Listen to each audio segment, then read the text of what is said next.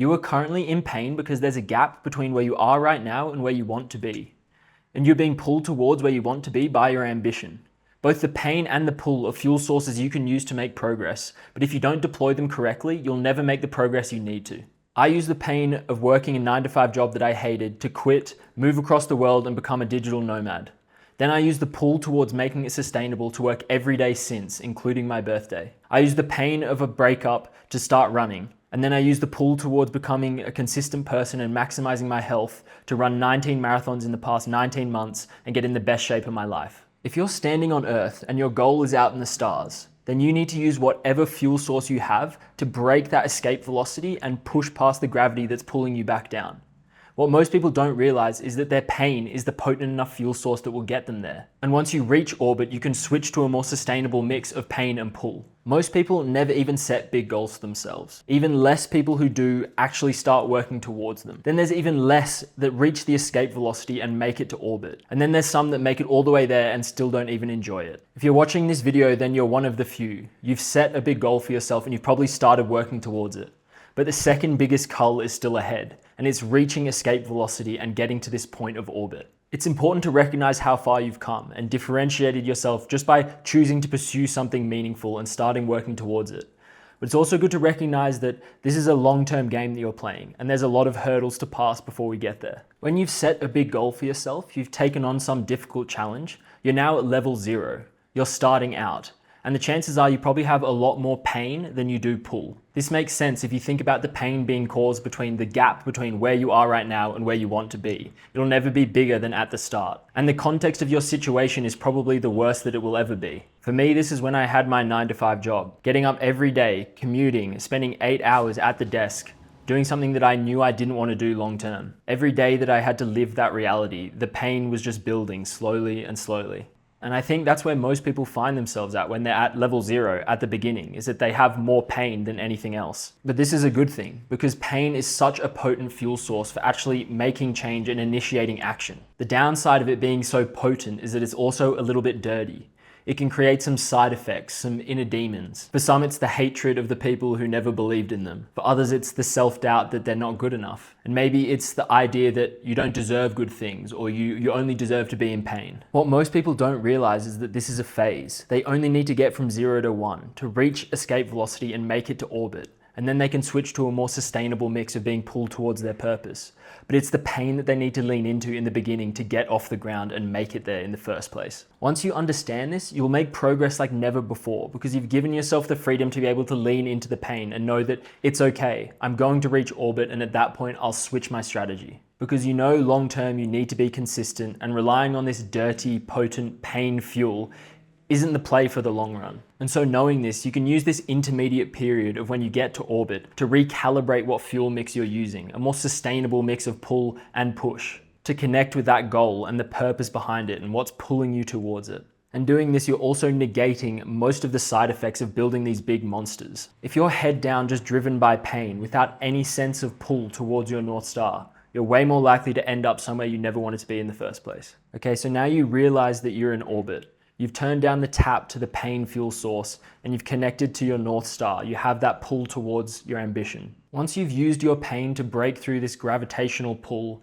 and you have the true heading of your North Star in orbit, then consistency and time become your best friends, because they just increase the likelihood that you're going to make it to your goal. And that's why I worked every single day since I moved across the world to become a digital nomad, even on my birthday. I had created a daily routine that I enjoyed so much I didn't want it to change. It felt like I was living the perfect day on repeat.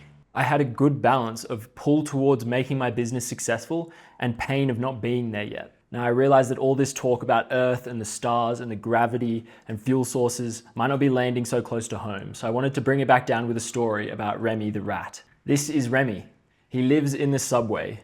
It's dirty, cramped, loud, and he hates it. He's in a lot of pain. But unlike his friends, he has a dream that he hasn't given up on. He sees in pictures of magazines the picturesque forest with berries and fresh water and open spaces and greenery. This is Remy's North Star. This is what he's pulled towards. This is what he wants for his life. And Remy's wanted this for years. But the reality is he's still in the subway year after year. unable to make a change. Unfortunately for Remy, the pull towards this dream home in the forest just isn't enough to actually get him to take action. And Remy's also really scared. He knows that chasing this dream means that he's going to have to encounter people that are going to want to step on him, and cats that are going to want to eat him, and navigate through a city where he has no idea where to go.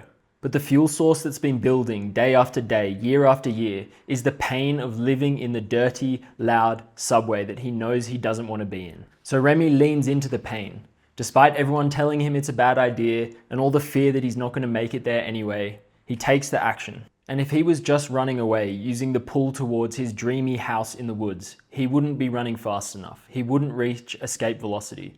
It's only because he's using the pain and the fear of the cats trying to get him and the people trying to stand on him and the fact that he doesn't know if he's going to make it there or not. It's the pain and the fear, this dirty fuel source, that's actually allowing him to run fast enough to escape the cats and get out of the city and make it to the edge of the forest. And so he's done it. He's made it to orbit. He's at the edge of the forest, he's escaped the city, he's used his pain to run fast enough to make it to this point. He can see his North Star in the distance, he can imagine his picturesque home in the forest, but he knows there's a long way to go. And he might be tempted to just keep running, fueled by the fear and by the pain.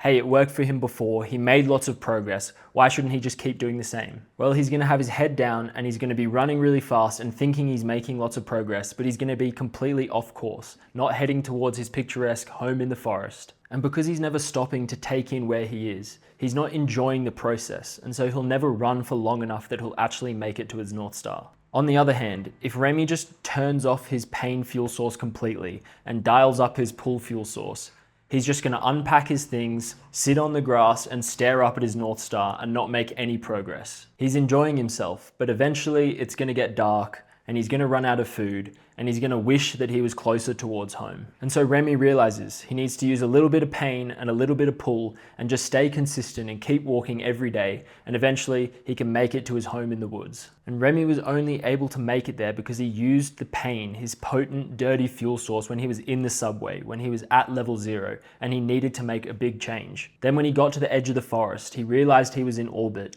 He could mix in a more sustainable fuel source of pull and pain to consistently be putting in the right actions to make the progress towards his home. Now he gets to enjoy living in the forest like he always dreamed of. But Remy's still a subway rat. He doesn't know how to live in the forest. He's still foraging for rotten mushrooms and stealing other people's food like he's still in the subway. His behaviors don't match his new environment. Once you've used your pain to reach escape velocity and you've adjusted your fuel mix once you made it to orbit, the next most important variable for your success is the behaviors that you repeat. Your behavior ultimately determines the outcomes you get, whether you achieve your goal or not. And so it's crucial to get right, because if you remove giving up as an option, all that stands between you and success is your behavior multiplied by time and consistency. So if you need to change your behavior to live a life where you're pursuing your potential without delaying the enjoyment of living the life you're trying to create, then stick around, follow along, and I'll keep sharing what's working for me.